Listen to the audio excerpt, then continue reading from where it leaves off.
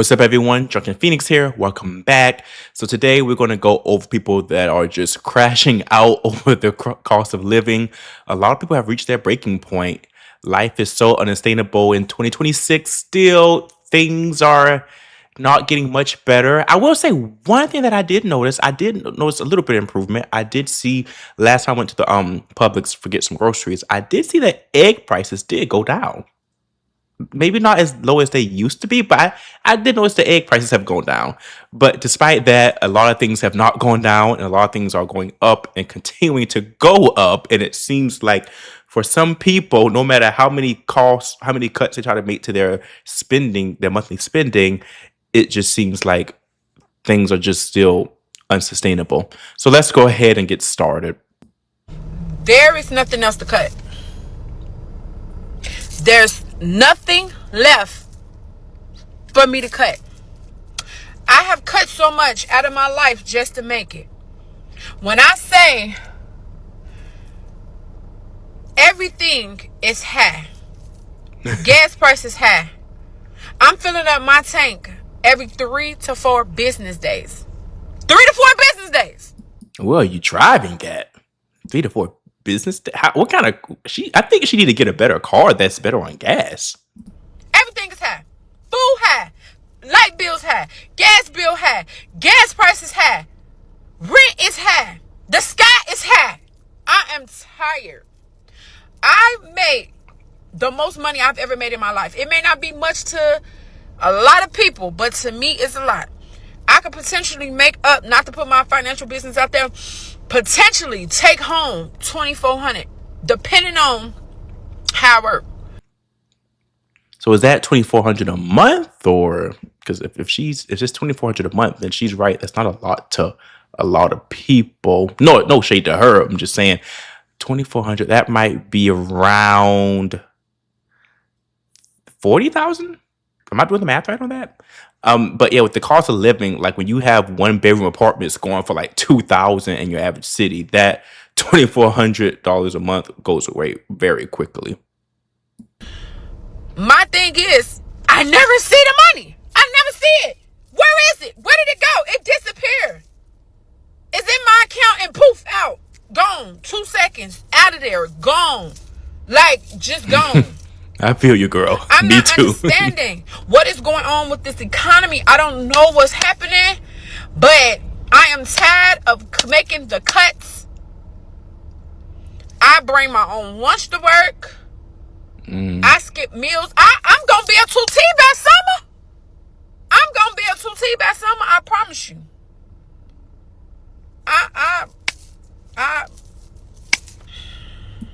I don't know. I think in situations like this, and not just for her, but just for a lot of people, it just seems like the only solution is finding some way to increase your income, whether that's getting a better paying job, doing a side hustle, a part-time job. It just seems like that's the only way out of this because, yeah, it just seems like no matter how good you are at budgeting does matter and cutting costs does matter a lot, but it's only so much you can cut. And when things are constantly going up and the dollar doesn't stretch as much as it used to, it can be tough. And I'm saying this from my own experience. I've noticed that my money does not go as far as it used to. So even I had to do a lot of cost cutting.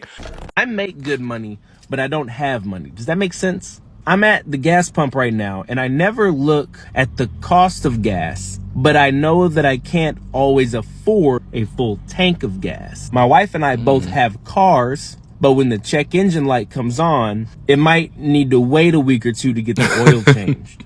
If a bill comes in the mail, I cannot pay the full amount, but I can probably set up a payment plan so that it never goes to collections. I'm no longer poor. I make enough money that I am no longer Kinda feeling sounds poor. like We're it. never hungry. If you can't, if you have to make a payment plan for all your bills and you can't afford the gas, I mean, sounds like it. No shame in that. I mean, I get it. Times are hard, man. Like, yeah. But it's like I'm just another level of broke. I'm at a convenient level of broke. Does anybody else have this problem? The cost of living in this country is currently. It's not going to be. It is currently unsustainable. And there are people that they know this, but then they'll still look at somebody else that's struggling and then tell them they're not doing good enough. I want you to imagine somebody that makes $75,000. See, and that's the thing that's a big problem. This is a reason why I think America is at where it's at right now, and it's not the only reason, but it's so many people are just in denial, and there's just this hyper competitive nature of just everyone trying to compete and not looking out for their fellow American. I noticed that a lot of people, it's like so many people. And I'm not going to go in deep into politics, but there's a huge segment of people that will vote for politicians or vote for policies that don't benefit anybody but the upper class or the corporations, and they do that just to spite their fellow their fellow middle class or lower income American, just so they can't get anything because they're so worried about someone abusing the system, which no one should be abusing the system, but no one abuses it more than the elite. Okay. So, it's just this crab in the barrel mentality that I notice a lot of Americans have. And it's not going to get us nowhere until we realize that we are pretty much all the same and are in the same boat as far as affordability and just a lot of our rights to privacy, and just our autonomy as an American. I don't know if that's the right word for it, but yeah, that's just people. We got to stop that. We got to have more class solidarity. And when I say class solidarity, I'm talking about lower class, middle class, anyone that's not super rich or multimillionaire. Because even a millionaire, like if you have like $1 million, your net worth is closer to a homeless person than it is to a billionaire. So keep that in mind. A year. That's a pretty high up wage in terms of like top earners in this country, $75,000 a year. And we're going to go through some things here. This is a person with no debt outside of a car.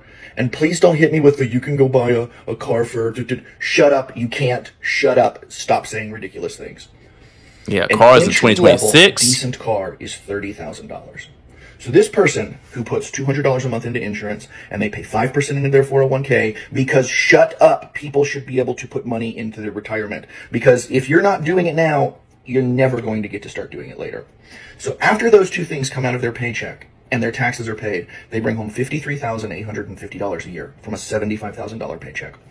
Average rent in my state for a one-bedroom apartment, because an adult should be able to live by themselves, $1,700. That car payment at 6% for an entry-level, very reasonable sedan, nothing fancy. That car payment's $579 a month.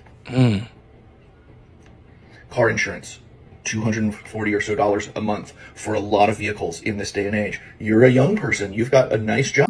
And this sounds unbelievable, but this is true. Like even for used cars, I looked it up a few weeks ago. For a used car in 2026, if you're paying anywhere from $400 a month if you're lucky, but from what I saw, it was like mostly anywhere from like $500 to $700 a month for a used car, and new cars are slightly higher than that. So yeah, the car market, I can tell you firsthand, the car market is very much inflated.